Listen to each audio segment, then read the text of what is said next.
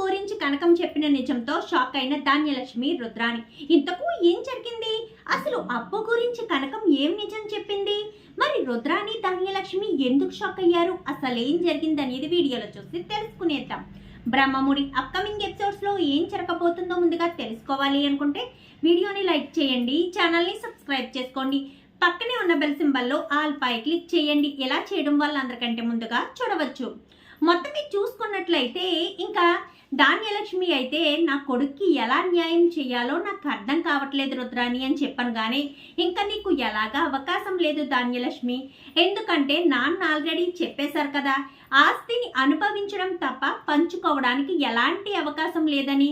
నువ్వేమో ఎంతో కష్టపడి ఇంట్లో గొడవ పెట్టైనా సరే కళ్యాణ్కి కొంచెం ఆస్తి ఇస్తే సపోర్ట్గా ఉంటుందని నువ్వు అనుకున్నావు, కానీ నాన్న అక్కడ ఇవ్వనని చెప్పేశారు అని చెప్పనేసరికి అవును ఏం చేయాలో అర్థం కావట్లేదు అని చెప్పి మాట్లాడుతూ ఉంటారు. ఇంకా ఇక్కడ కళ్యాణ్ అప్పు ఏమైనా దొరికిందా కవి అని చెప్పనేసరికి ఏమీ దొరకలేదు అప్పు, ఎంతగా ప్రయత్నించినా కానీ ఎవరికి వాళ్ళు కవులు ఉన్నారు, మాకు రచయితలు ఉన్నారు, మాకు అవసరం లేదు అని చెప్తున్నారు. ఆ వచ్చే దారిలోనే నేను రాసిన పుస్తకం నా పాటకు పల్లవి లేదు అనే పుస్తకం కనిపించింది, ఈ పుస్తకం నేనే రాశాను అని చెప్పనేసరికి అవునా అని చెప్పి పుస్తకం ఒప్పించేసి చూస్తుంది. లోపల కళ్యాణ్ ఫోటో కూడా ఉంటుంది. ఇది నువ్వు రాసిన నవల అని చెప్పాను. కానీ అవును, అందుకే ఈ నవలతోటే నేను ఏదైనా సాధిద్దామని చెప్పి తీసుకొచ్చాను. అతనికి డబ్బులు కూడా ఇవ్వలేదు, నా దగ్గర డబ్బులు లేని పరిస్థితి అని చెప్పనేసరికి ఎలా ఉండేవాడివి ఎలా అయిపోయావు, ఇదంతా నన్ను పెళ్లి చేసుకోవడం వల్లే కదా అని చెప్పి ఇంకా అప్పు చెప్పేసరికి నువ్వు చాలా తప్పుగా అర్థం చేసుకుంటున్నావు అంటూ కళ్యాణ్ మాట్లాడతాడు.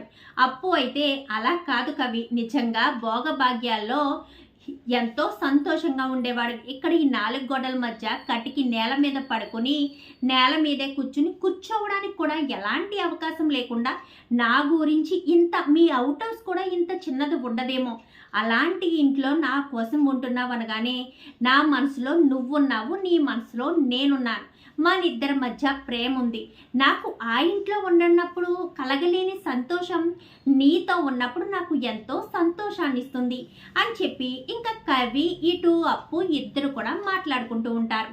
ఇంకప్పుడే కనకం అయితే ఫోన్ చేస్తుంది. బాబు అల్లుడు గారు అని చెప్పనేసరికి చెప్పండి అత్తయ్య గారు అని చెప్పాను. కానీ అప్పు ఉందయ్యా అని చెప్పనేసరికి ఉంది ఇస్తున్నానంటూ ఇంకా అప్పుకైతే ఫోన్ ఇస్తుంది కనకం.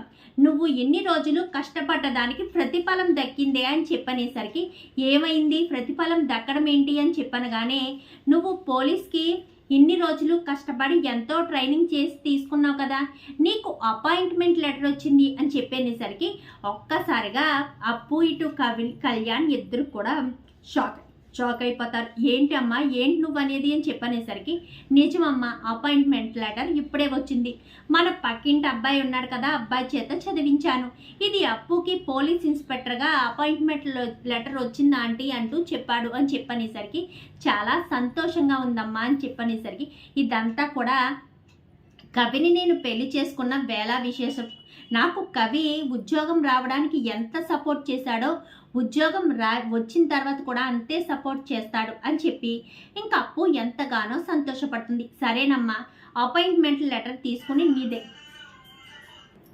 అని చెప్పి ఇంకా కనకం అయితే అపాయింట్మెంట్ లెటర్ తీసుకుని బయలుదేరుతుంది. కానీ ఈ అపాయింట్మెంట్ లెటర్ వచ్చిందన్న విషయం దుగ్గిరాల ఫ్యామిలీలో చెప్పాలన్న ఉద్దేశంతో దుగ్గిరాల ఫ్యామిలీ దగ్గరికి వెళ్తుంది. అమ్మ కావ్య, అమ్మ స్వప్న అంటూ ఇంకా గుమ్మంలోంచి కేకలు వేసుకుంటూ వచ్చేసరికి ఏం జరిగింది కనకం, ఎందుకు అలా కేకలు వేస్తున్నావు, అప్పుకు కానీ కళ్యాణికి కానీ ఏదైనా జరిగిందా అని చెప్పనేసరికి ఏం మాట్లాడుతున్నావు అత్త, అప్పుకు కానీ కళ్యాణ్ కానీ ఏదైనా జరగాలని నువ్వు కోరుకుంటున్నావా, లేక ఏదైనా జరగాలని నువ్వేమైనా చేసావా అని చెప్పాను. కానీ నాకేం తెలుసు అని చెప్పనేసరికి ఏం తెలియనప్పుడు ఎందుకు సైలెంట్గా ఉంటే బాగుంటుంది అని చెప్పనేసరికి ఏంటమ్మా అని చెప్పాను. కానీ అప్పు ఇన్ని రోజులకి దాని కష్టం ఫలించింది, అది అప్పు ఇన్స్పెక్టర్గా ఛార్జ్ తీసుకోబోతుంది, అపాయింట్మెంట్ లెటర్ వచ్చింది అని చెప్పనేసరికి వెంటనే స్వప్న తీసుకుంటుంది. ఏంటి అప్పుకి ఇన్స్పెక్టర్గా జాబ్ వచ్చింది అనగానే చాలా కష్టపడింది అత్తయ్య గారు, చాలా అంటే చాలా కష్టపడింది. అప్పట్లో అప్పుకి కళ్యాణ్ ఎంతో సపోర్ట్ చేశాడు, అప్పుకి ప్రతి దానికి కళ్యాణే సపోర్ట్గా ఉండి తను ఎంతో కష్టపడి ఆ ఉద్యోగాన్ని సాధించింది. అప్పు ఏదైనా అనుకుంటే ఖచ్చితంగా సాధిస్తుంది. ఇప్పుడు అప్పు పోలీస్ అయింది కాబట్టి ఎవరెవరు ఎలాంటి పనులు చేశారో అన్నీ కూడా బయటికి వస్తాయి అంటూ ఇంకా కనకం అనేసరికి రావాలి, ఖచ్చితంగా రావాలి. ఎవరు ఏమేమి దుర్మార్గాలు చేశారో, ఎవరు ఎన్నెన్ని నష్టాలు చేశారో అన్నీ కూడా బయటికి రావాలి అని చెప్పనేసరికి రుద్రాణి టెన్షన్ పడిపోతూ ఉంటుంది. ఎందుకత్త నువ్వు టెన్షన్ పడిపోతున్నావు, నువ్వేదైనా చేసావా ఏంటి అని చెప్పి ఇంకా స్వప్న అడిగేసరికి నేనేం చేస్తాను, నాకేం అవసరం అని చెప్పాను. కానీ ఏమో ఇక్కడ మందరలాగా పొల్లలు పెట్టినట్టే మీ అత్తోరింట్లో కూడా ఏమన్నా వేషాలు వేసేవేమో అని చెప్పి అనుమానం కలిగి అడిగానంతే అని చెప్పనేసరికి నేనేం చేయలేదు, నాకేం తెలీదు అని చెప్పి ఇంకా రుద్రాణి అయితే అంటుంది. ఇంకా అప్పు అయితే అక్కడి నుంచి వెళ్ళిపోతుంది. ఇంకా అలా ఇంకా కనకం అయితే ఆ లెటర్ని అంతా కూడా వాళ్ళకి చూపించేసరికి పోనీలే కనకం, తన కష్టానికి ఫలితం దక్కింది కదా, ఇంకా అప్పుకి కళ్యాణ్కి ఎలాంటి బాధ లేదు, వాళ్ళిద్దరూ సంతోషంగా ఉంటారు అని చెప్పి ఇంకా ఇందిరాదేవి అపర్ణ ఇద్దరు కూడా అంటారు. వాళ్ళ దగ్గరికి ఇప్పుడే ఈ అపాయింట్మెంట్ లెటర్ని తీసుకుని వెళ్తున్నాను, వాళ్ళకంటే ముందు స్వప్న కావ్యాలకి చూపించాలన్న ఉద్దేశంతోనే నేను ఇక్కడికి తీసుకొచ్చాను అని చెప్పనేసరికి ఏది ఆ అపాయింట్మెంట్ లెటర్ ఎలా ఇవ్వు అంటూ ధాన్యలక్ష్మి తీసుకుంటుంది. తీసుకుని అంతా చదువుతుంది. ఇన్స్పెక్టర్ అపూర్వన అని చెప్పాను. కానీ అప్పు అసలు పేరు అపూర్వే కదా వదిన గారు అని చెప్పనేసరికి ఎవరు నీకు వదిన అని చెప్పాను. కానీ నువ్వు ఒప్పుకున్నా ఒప్పుకోకపోయినా కనకం నీకు వదినే అవుతుంది, అర్థమవుతుందా? నువ్వు ఆ పెళ్ళిని ఒప్పుకోకపోతే మాత్రం మీ ఇద్దరి మధ్య వరుసలు మారిపోతాయా ఏంటి అంటూ ఇంకా ఇందిరాదేవి అనేసరికి ఇంకా ఆ లెటర్ తీసుకుని బయలుదేరిపోతుంది కనకం. అక్కడి నుంచి కనకమైతే ఇంకా ధాన్యలక్ష్మికి ఏంటి అప్పు పోలీస్ అయిందంట, ఇప్పుడు నేను కోడలుగా అంగీకరించకపోతే ఏదైనా చేస్తుందా, నా మీద ఏదైనా కేసు పెడుతుందా, నేను అత్తగారుగా నన్ను స్వీకరించలేదని కేసు పెడుతుందా అని ధాన్యలక్ష్మి టెన్షన్ పడిపోతూ ఉంటుంది.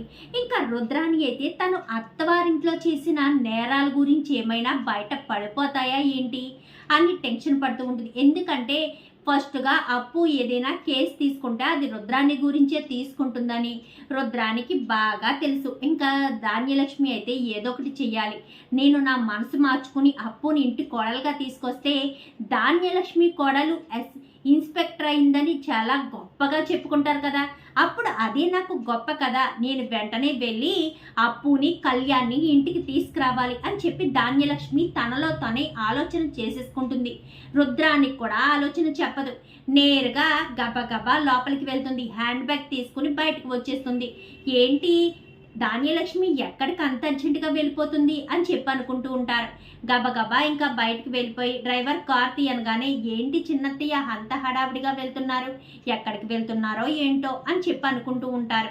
ఇంకా గబగబా షాపింగ్ దగ్గరికి వెళ్ళి ఇంకా ఆ కళ్యాణ్కి ఇటు అప్పుకి ఇద్దరికి కూడా బట్టలు తీసుకుని నేరుగా కనకం కంటే ముందే అక్కడికి వెళ్ళిపోతుంది.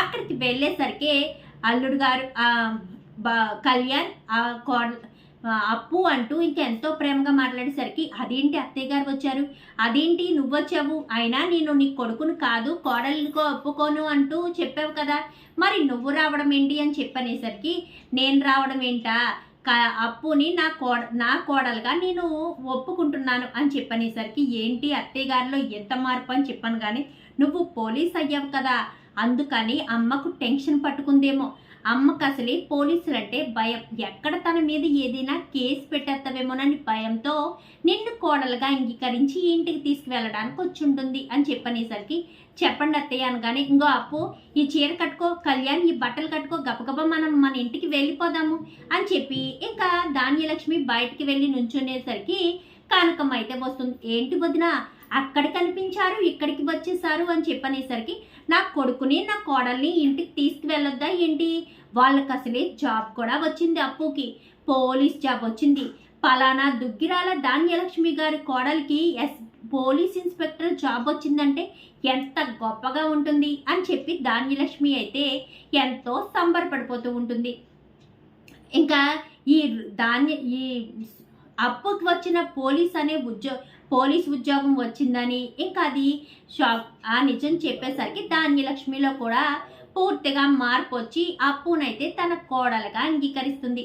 చూద్దాం రాబోయే ఎపిసోడ్స్లో ఇలాగే జరిగి ధాన్యలక్ష్మి మనసు మార్చుకుని అలాగే అప్పుకి తన కష్టానికి సరైన ప్రతిఫలం దక్కాలని మీరు కూడా కోరుకుంటే వీడియో నచ్చితే లైక్ చేయండి, ఛానల్ని సబ్స్క్రైబ్ చేసుకోండి, పక్కనే ఉన్న బెల్ సింబల్లో ఆల్ పై క్లిక్ చేయండి. ఇలా చేయడం వల్ల అందరికంటే ముందుగా చూడవచ్చు.